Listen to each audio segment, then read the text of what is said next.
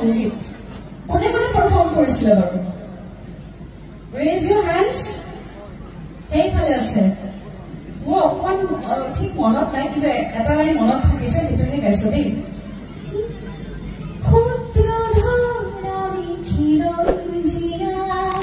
হয়নে ভূমিপুত্ৰ আমি অসমীয়া পুত্ৰ ধন আমি খিলঞ্জীয়া ভূমিপুত্ৰ আমি অসমীয়া হয়নে নহয় গতিকে ইমান সুন্দৰকৈ গাইছো মই ভাবো এটা কথা মই অনুভৱ কৰিছো আচলতে আমি আমাৰ অসমখন বিৰাট ধুনীয়া প্ৰতিটো জাতি জনগোষ্ঠী সকলোৱে মিলিহে আমাৰ বৰ অসমৰ আমাৰ যি সপোন সেই সপোনটো আমি পূৰ কৰিব পাৰো কোনো এটা জাতি